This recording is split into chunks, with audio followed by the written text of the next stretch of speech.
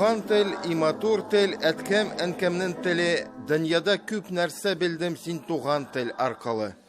О, как хорош родной язык отца и матери язык, я в мире множество вещей через тебя навек постиг. Лучше, по-моему, и не скажешь.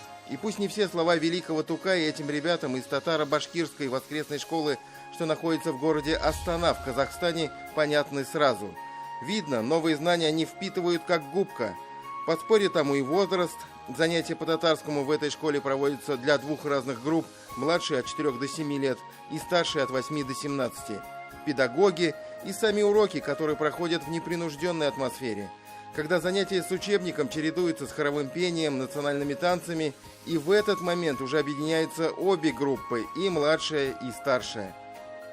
Педагоги татаро-башкирской школы в казахстанской Астане уверены, что в игровой форме лучше усваивается материал, а кроме того доступнее, понятнее идеи патриотизма. Учителя стараются донести до ребят, здесь нет и не может быть противоречий. Можно любить родной Казахстан и при этом чтить традиции и обычаи родного же татарского народа. К тому же языки татарский и казахский в чем-то схожи. Пала – это и по-казахски пала. И чтобы у нас сопоставление было с казахским языком. Понятное дело, все работает в комплексе. Не придут опытные, знающие учителя в школу со слабой материальной базой. В этом плане школа Астаны может служить примером. Но очень важно, чтобы национальным татарским учебным заведениям или хотя бы классам помогали местные богатые татары, меценаты и спонсоры. А вот с этим уже сложнее. Другая важная составляющая благополучия национального образования в регионах – работа с родителями. Опять же, увлечь их просто патриотическими идеями сейчас нереально. Нужно, чтобы они сами были заинтересованы отдать своего ребенка в школу с этнокультурным компонентом. Если помимо материальных плюсов есть еще что-то, какая-то дополнительная фишка, как в той же татарской гимназии номер 84, что в Уфе, тогда и результат налицо. В этой школе татарский язык изучают во всех классах. Татары по расширенной, углубленной программе, дети других национальностей в более облегченной форме. Но обязательно. А та самая фишка гимназии – это занятие по развитию творческих способностей детей. Чему здесь уделяет особое внимание? Есть и собственная театр-студия «Символ». Выпускники этой гимназии блистают на театральных сценах не только Уфы и Казани, но и Москвы. 6 елда безнең балаларыбыз сүнгән йолдызлар белән баргач Казанга безнең Камиләбезне 2нче курска театральный училищега алдылар. Шул безнең главный рольдә уйнады ул сүнгән йолдызларда. Сәрвәрне уйнады. Инде 2нче курска алу безнең өчен бәхет бит инде. Ул бала укый, менә быел бетерә ул балабыз. Менә. Аннан соң инде безнең Денисыбыз сүнгән йолдызларда уйнады. Бөкре Мәхдүмне уйнады. Алып кайтты номинация. Ул безнең егетебез укый Гитиста. Менә шушы гимназиядә балалар шын татар телендә, татар мөхитендә тәрбияләнәләр. Татар сәнгатенә, аның әдәбиятына гашыйк булалар һәм үз халкыны зурлый беләләр.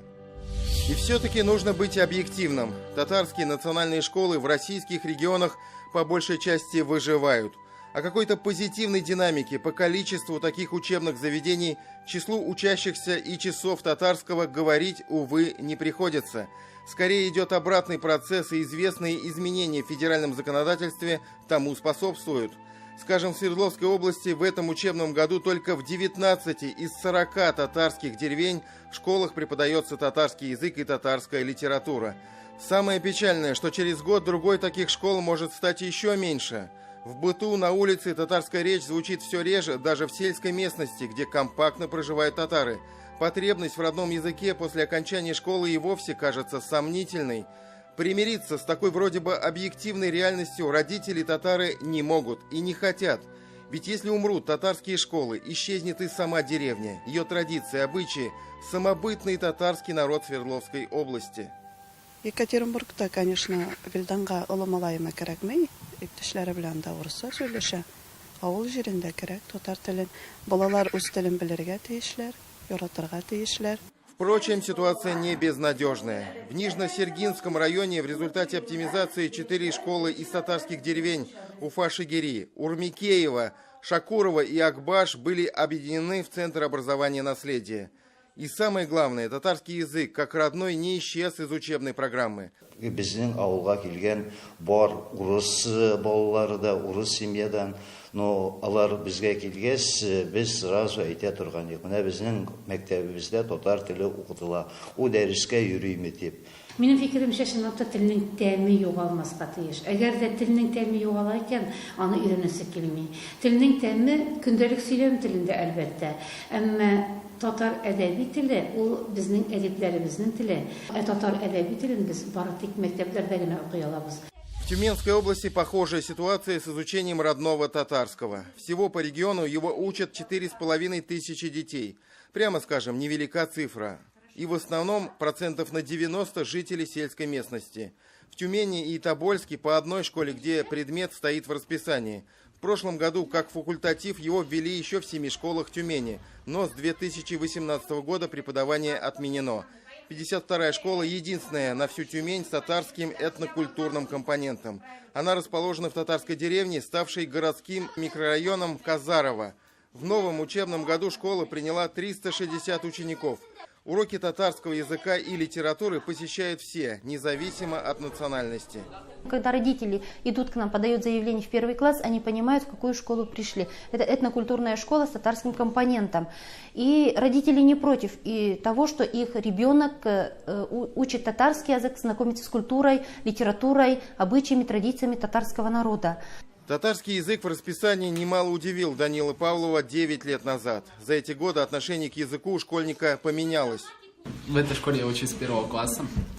Когда я пришел и узнал, что я буду изучать татарский язык, я удивился. Но спустя 9 лет я понимаю татарский и могу общаться с людьми на улице.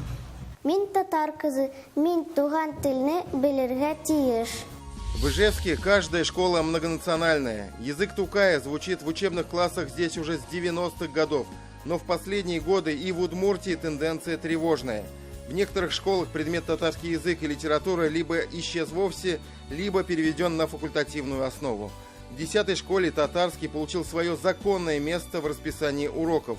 Во многом это заслуга родителей, которые хотят, чтобы их дети знали татарский язык основательно. И как родной, и как язык межнационального общения. Я удмуртка.